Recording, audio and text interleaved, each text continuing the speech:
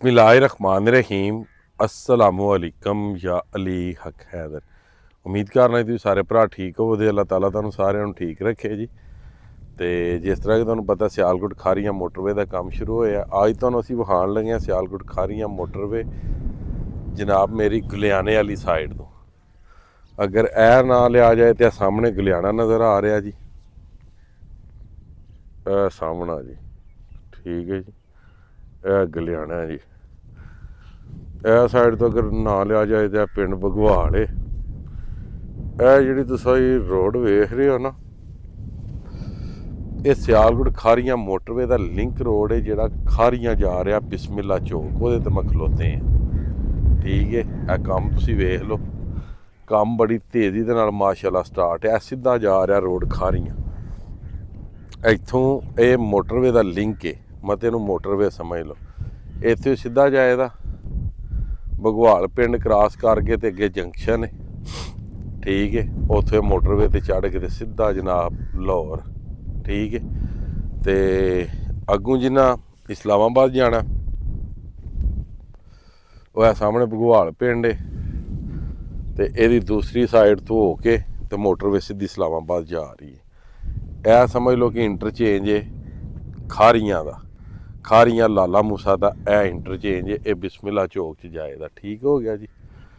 हुण चलने अगली साइड दे, उत्थे भी जाके तुहानूं चैक करवाने किन्ना की काम होया किन्ना की नहीं। बाकी फ्लाईओवर का जिहड़ा काम है वो जारी हो सारी है, वो भी तुहानूं नज़दीक जाके उत्थे विखा दिंदे हैं। ठीक है, तो क्योंकि सारे भरा आंदे हन खारियां वाली साइड की की सूरत हाल अलहमदुलिल्लाह पूरी मोटरवे के उत्ते जिहड़ा काम है ना वो जारी हो सारी है जी, पूरी मोटरवे के उत्ते। ठीक है, तो अलहमदुलिल्लाह इंशाअल्लाह ताला जो टारगेट है ना उन्होंने साल वाला वो मुकम्मल हो जाएगा। यह मिट्टी तुसीं वेख सकते हो, यह इत्थों मिट्टी जी है मुकम्मल हो चुकी है मुकम्मल तौर पर। ठीक है, वो अगे जी है मोटरवे दा जा पुल है फ्लाईओवर, वो कंप्लीट बहुत जल्द वो भी हो जाएगा। जगह जगह तो उन्हें पानी की निकासी दी है ताकि जोड़े पिंड वाले ने डेरिया वाले ने उन्होंने किसी किस्म का पानी की दिक्कत पेश ना आए, मोटरवे की वजह न पानी ना रुके जी। ठीक हो गया जी। बाकी यह समझ लो कि असी इस मोटरवे से भी पहला जोड़ा सफ़र जनाब कर रहे हैं। ठीक हो गया जी। पानी शानी तरौंकने वाले सारा माहौल मटीरियल सीधा करने वाली जी वाम है वो कर रही है। ठीक है जी। अगे भी जोड़े मामलात ने काफ़ी ज़्यादा जोड़े ने मोटरवे के क्लीयर हो चुके हैं, जोड़े थोड़े बहुते रहंदे ने वो भी इंशाअल्लाह ताला जल्दी जोड़ा वो क्लीयर हो जाने इंशाअल्लाह।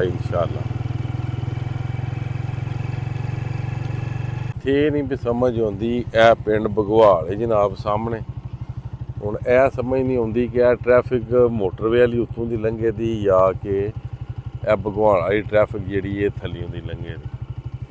ठीक है, बाकी यह काम वेख लो, वो अगे भी काम स्टार्ट होया जी, यह भी कुछ बना रहे हैं। ठीक है, यह सारा काम जनाब मोटरवे का ही है।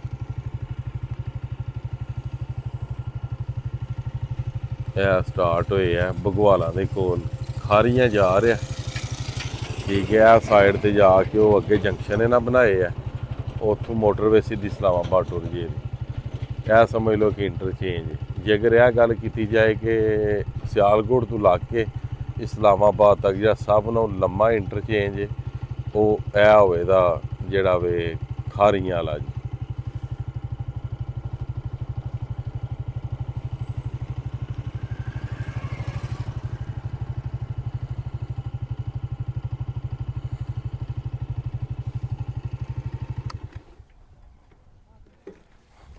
बाकी जनाब यह भी रिव्यू तुहानूं दे दिता, यह भी वेख लो। बाकी अज की वीडियो तो अज का व्लॉग करने खत्म, छोटा जहा व्लॉग सी।